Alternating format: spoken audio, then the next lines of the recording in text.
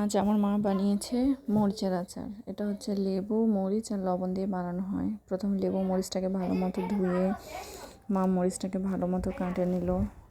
সুন্দর করে চিকন চিকন করে কাটে নেবেন, বেশি মোটা হলে আরও চিকন করে নেবেন। চিকন করে সুন্দর করে কাটে নেওয়ার পরে তারপরে হচ্ছে মা কী করবে, এখন লেবু কাটবে। একটা লেবু, বেশি মরিচ হলে আরও লেবু বেশি করে নেবেন। লেবুটা সুন্দর করে রসগুলো চেপে চেপে সম্পূর্ণটা মরিচের মধ্যে দিয়ে দেবেন, যতক্ষণ পর্যন্ত মরিচটা একটু ডুবো ডুবো না হয় বা বেশি যতক্ষণ পর্যন্ত না হয়। পুরা লেবুটা দেওয়া লাগলে পুরা লেবুটাই দিতে লাগবে। দেওয়ার পর সুন্দর করে তারপরে হচ্ছে লবণ দেবেন। এখানে লবণ দিতে লাগবে, লবণ দিয়ে পরিমাণ মতো লবণ দিতে লাগবে। লবণ দিয়ে সুন্দর করে হাত দিয়ে হোক চামচ দিয়ে হোক নাড়াচাড়া দিবেন।